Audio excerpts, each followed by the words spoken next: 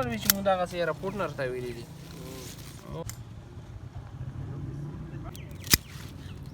محمد اسلام چا چې په دویم ځل د ګلیډیولس ګل کوم ته چې د ګلدستو ګل هم ویلی شي کر په خیبر ضلع تحصیل بړه قبیله کاخیل شیندرنګ په علاقه کې کړی دی. دی وایي چې د ټریننګ کولو نه پس مې چې اول ځل د ګلیډیولس ګل وکرلو نو په لږ مقدار مې کرلی و، ولې د هغې نه پس مې نور هغه ګلونو کر هم شروع کړلو د کومو نه چې ګلدستې جوړیږي، خو ولې اوس سیزن د دغه ګل دی. او مونږ ته هغې د ټریننګونه میلاو شولو، د هغې د برکته مونږ دغه کرونده په خپله باندې بیا شروع کړله. مزید مونږ دا په خپله تخم ډېر کړلو و هر کال مونږ دا فصل په خپله هغه باندې کرونده کوو. مونږ خو دا د کروندې نه تر اخره پورې تقریبا 90 دن هغه اخلي، 70 ورځې 75 ورځې چې پوره شي نو د هغې کټایي شروع شي، بس د 20-25 ورځې کټایي کې لګېږي، دا فصل بیا سر ته ورسېږي او بیا تقریبا لږ ټایم هغې تخم لکه څنګه چې دا بله طرف ته ګل ته یوروي، لاندې طرف ته د تخم ته یوروي، نو ځمکه چې د هغې دپاره موضوع مناسبه ځمکه میلاو شي، یو بلف نه شپږ بلفونه دا ته یورېدلی شي.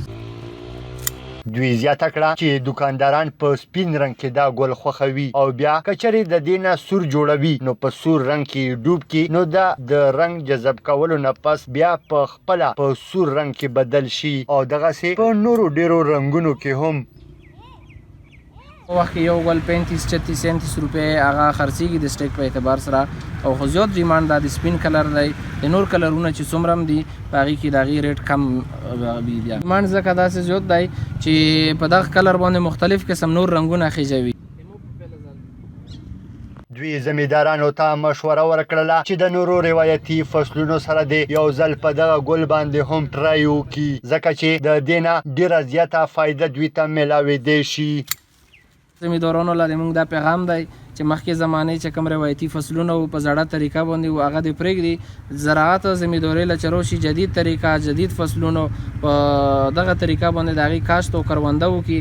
انشاءالله د مخکې زمانې چې څومره خرچه به یې کېدله، څومره تکلیف به یې کېدلو، آمدن به یې و، د هغې به یو په 2-3 چنده باندې به ته میلاویږي انشاءالله.